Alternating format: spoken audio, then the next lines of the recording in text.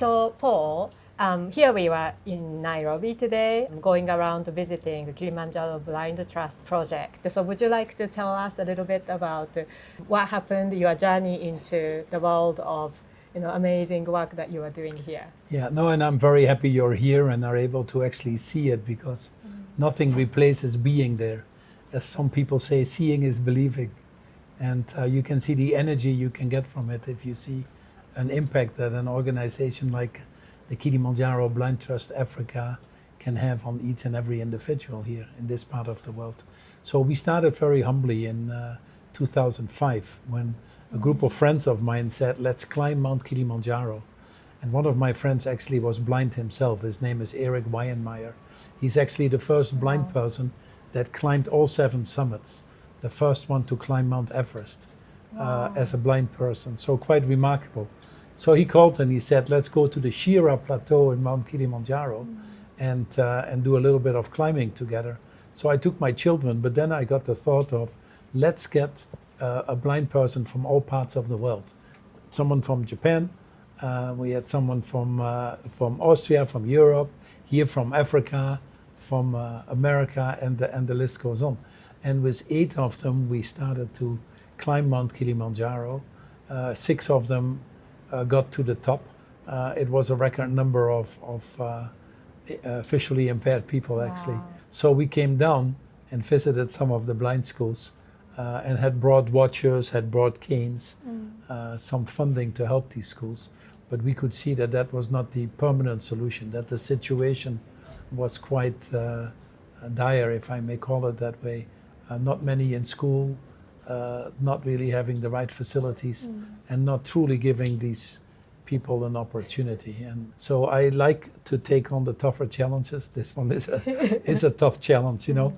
It's easier to give people a cataract operation, which we also do, and say, here is your vision restored, or to give people glasses so they can see better. But if people are irreversibly blind, they tend to be forgotten in many parts of the world. And regretfully, in many parts of the world, it's still a stigma. So there are about 20 million children that find themselves in that situation. Africa obviously has a high number of those. You find some in the Far East, in places like India as well, and places like Nepal or other parts of. And then obviously of these 20 million people, probably less than 10% have the opportunity to even go to school. Wow. And if they go to school, they don't get quality education. So we said, let's start very humbly. And we looked at the schools that were there. And the first thing we noticed was that a lot of good people in the world wanted to help. And they donated Braille machines, for example. At that time, a big, heavy Perkins Braille machines. But a lot of them had fallen in disrepair. People gave the machine, but didn't think about the infrastructure that was needed to maintain it. So we thought the biggest impact we can have is to buy some new machines. We bought about 1,000 of those and gave those to students, but also to repair the existing ones. And that's how we started in Kenya, Uganda, and Tanzania, and that was 2005. And we had about 175 Braille repair people in the region that also could make a little bit of a living. So that's how we started. And then quickly we discovered that there wasn't any Braille paper in Africa. So we had to create a factory in Tanzania to create the paper itself. Then we discovered that the educational material for the teachers wasn't good enough. So we started getting involved in educational material. Then a lot of the teachers have a hard time themselves sometimes reading Braille. So we put technology in place and help to make these teachers more effective. Then we got into governments. We could see that the governments were not 100% fulfilling the obligations. So then we started in advocacy, more money into education of the people with disability, more resources. We got involved in Braille books. It's a very tedious process to make a Braille book, and takes many years. And often when the kids are in school, they want to talk about the latest book that is out. And the blind people then are not included because the book hasn't come on the market yet. So we created the Marrakesh Declaration that the UN and many countries signed for free access to books for people with disabilities, which is incredible. So little steps. And then the big breakthrough was really when technology accelerated, and we discovered, as a coincidence, the orbit, which is a wonderful machine. And think about you moving from the pen to the iPad is about the same difference as moving from a big Brill machine like Perkins to a orbit.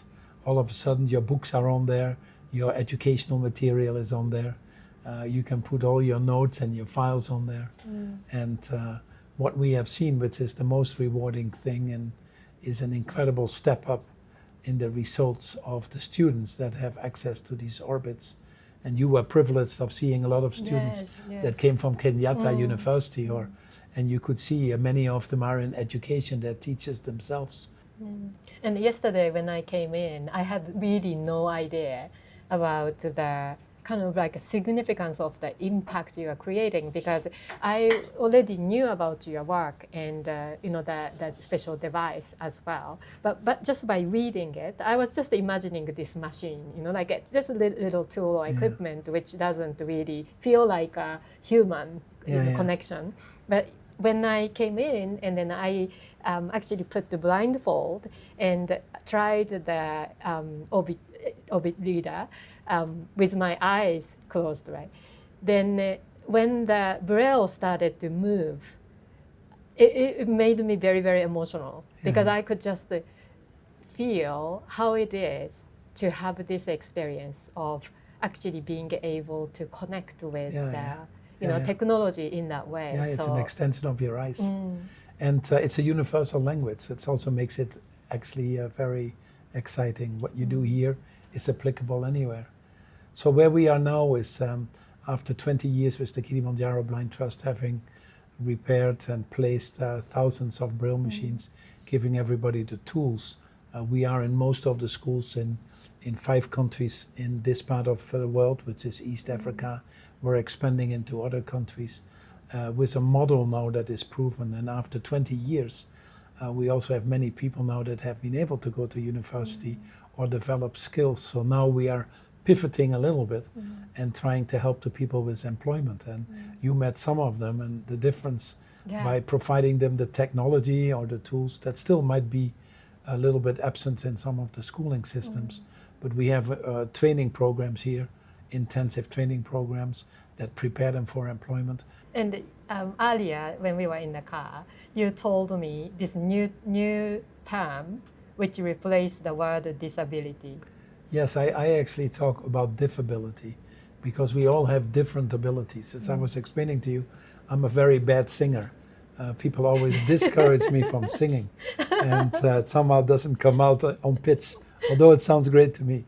But I'm a terrible basketball player, and but people don't say you have disabilities, But we are all different. We have all our, that makes human mankind unique. We have all our areas where we excel, and other areas where we, are not standing out. But that makes it unique. And what you see here now is because of the excitement of assisted technology, which is rapidly developing, that people with visual impairment actually in many tasks become better than people that don't have to deal with that disability. Right. And as a result, they are more productive at work, they are more motivated. They raise the energy of the people around them, because if people with so many barriers to overcome can do these things, it sends a message to all the other people as well. So we've seen this being a great benefit to society as a whole. In many parts of the world, Japan is a good example, where you have an aging population. Europe has an aging population. If you don't have your workforce fully included, if you continue to exclude basically 15%, you never become the best. And so this is a unique opportunity from an economic point of view, from a human point of view. When we developed the Sustainable Development Goals, which is the 17 goals from the United Nations, which I had the pleasure of helping develop with providing perspective from the private sector, we had one overarching goal, which basically said to not leave anybody behind.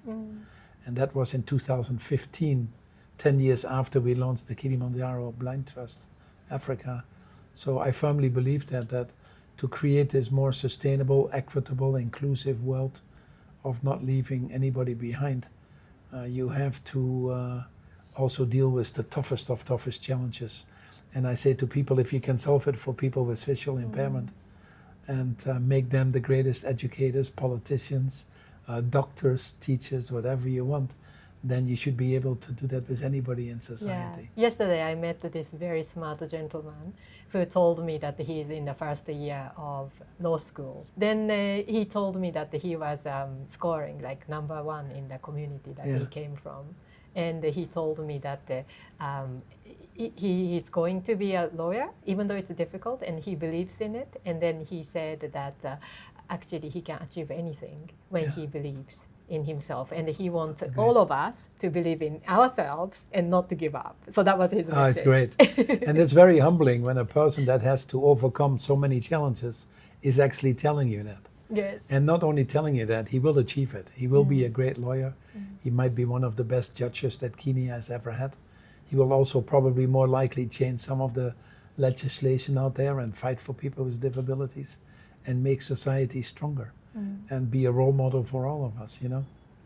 We all sometimes feel sorry for ourselves or some of the challenges that we have to deal with. But what is always very energizing to me when I come here once or twice a year is to see what these people, and you're just giving a wonderful example there, what their mindset is. And all they see is possibilities. Yes, you know? that possibility and the hope and joy. Oozing out from the work that you are doing, and then that every single person in the team is just so connected to the mission. Totally. Yeah, so that I think really shows that what you are set out to achieve, which is very challenging, and I'm glad that you like to take on challenges, but there is conviction and the belief that it is possible, that you will be uplifting millions of blind youth. Yeah, not only possible, but needed, because I think at the end of the day, for humanity to function, and this is a challenging time for humanity, we see people growing apart, we see geopolitical conflicts, we see in politics bifurcation. It's not an easy time. And when we are at our best as humanity is when we strive for these universal values of dignity and respect for everybody, equity, compassion. So this is more than just helping to unlock a great life for a person with visual impairment. This is really showing, in my opinion, how humanity should function. And if we would be able to multiply this and do this like you do with Buy One, Give One, to multiply that across the world, in fact, each and all of us are making these ripple effects that change the world for the better, and there's no better time to do that than now. You know, Helen Keller, who went to the Perkins School for the Blind in Watertown, Massachusetts, she was blind and deaf, and she spoke 7 languages. And anytime she gave a speech, she said to people, I can't hear you, I can't really see you, but just stamp with your feet on the ground and I can feel the vibrations. And after every speech she gave, someone would come up to her and said to her, you know, this was amazing what you were telling us now, but it also must be horrible to be blind. And her answer was always the same. Her answer was always, the worst thing is not being blind. The worst thing is having eyes and not being able to see. And I think we live in a world where there are too many people that have eyes and not able to see. And those are the real blind ones. And the people that you saw today and yesterday, which have a challenge given to them of visual impairment, I can tell you, having spent a lot of time with them, having climbed mountains with them, they see more than we do. So I'd encourage anybody to get involved. I encourage anybody to get to know some people that have different abilities and be part of this movement to unlock the full potential of anybody to rise to their fullest potential and make use of a wonderful life that is, hopefully bestowed on all of us. Yeah, so at B1G1, we are enormously grateful for organizations like yours that is creating these impacts on the ground, because day-to-day of how to make things happen is enormously challenging. And because of your work, the community of small to medium-sized companies can actually make an impact. And not only that, they can integrate it into their work and then feel the meaning, extra meaning and sense of purpose in what they are doing. So we are just so grateful for the fact that we get to work with people like yours. And like with B1G1, all of the money that comes in from donors goes directly to the people that deserve it. We have the capacity, fortunately, to cover our costs, and are the wonderful people that work here, our officers, that's all done. So for any of the donors, we make sure that 100% goes to the people that deserve it. And as you say, having run businesses my whole life, I also look at impact, and we measure it to be sure that every penny we spend is turned over twice before we spend it to get the maximum results. And that's, I think, part of the success of what we're seeing here. By the way, the side of you I discovered today was the humor. That when you step into any room and talk with any student, with any condition, it doesn't matter. You just bring this sense of joy. Yeah, life is tough enough, so if you can't laugh now and then, and some of the things, don't take them all too seriously as well. And humor is a wonderful way to communicate, to break ice, and to bond with people. And long may it last. And as we end this interview, you are a respected business leader, and now the world is changing fast. And the role of businesses in this fast-moving world might actually continue to change. If you have a piece of advice or message, what would you like to share?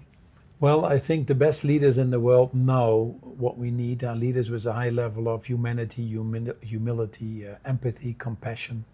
Leaders that have a strong sense of purpose, that are able to embed that at the core of their business. In some parts of the world, you meet people that think that greed is good, but in my life, I've discovered that over the longer term, generosity will always win.